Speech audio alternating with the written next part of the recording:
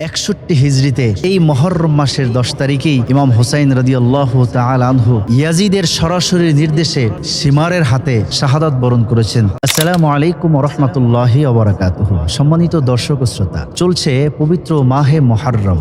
এই মাস আসলেই দেখা যায় শিয়া সম্প্রদায়ের মধ্যে প্রচণ্ড পরিমাণে মাতম দেখা যায়। তারা তাদের নিজেদের গায়ের মধ্যে আঘাত করতে থাকে, তাদের নিজেদের শরীরকে ক্ষতবিক্ষত করতে থাকে। পবিত্র মুহররম মাস একটি পবিত্র মাস। মহান আল্লাহ সুবহানাহু ওয়া তাআলা পবিত্র কুরআনুল কারীমের মধ্যে বলেছেন, মিনহা আরবাআতু হুরুম।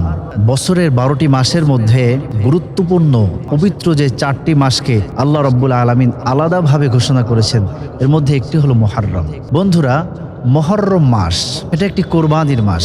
61 হিজরিতে এই মুহররম মাসের 10 তারিখেই ইমাম হুসাইন রাদিয়াল্লাহু তাআলা আনহু ইয়াজিদের সরাসরি নির্দেশে সীমারের হাতে শাহাদাত বরণ করেছেন। এর আগের মাস হলো জিলহজ মাস। জিলহজ মাসেও একটি কোরবানি হয়েছে।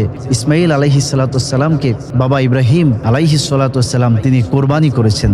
দুটি কোরবানির মাস পাশাপাশি মাস, জিলকদ, জিলহজ, মুহররম এবং আরেকটি হলো রজব মাস। এই মাসগুলো হলো পবিত্র মাস। এই পবিত্র মাসে আমরা পবিত্র কাজের মাধ্যমে আল্লাহর সন্তুষ্টি অর্জন করব। অবশ্যই আমরা এমন কাজ করব না যেই কাজটি কোরআন এবং সুন্নাহর সাথে সম্পূর্ণভাবে সাংঘর্ষিক। বুখারীর বর্ণনা, নবীজি সাল্লাল্লাহু আলাইহি সাল্লাম ইরশাদ করেছেন, লাইসা মিন্না মান দরাবাল খুদুদা ওয়া শাক্কাল জুয়ুবা ওয়া মান দাআ বিদাওয়াল জাহিলিয়া।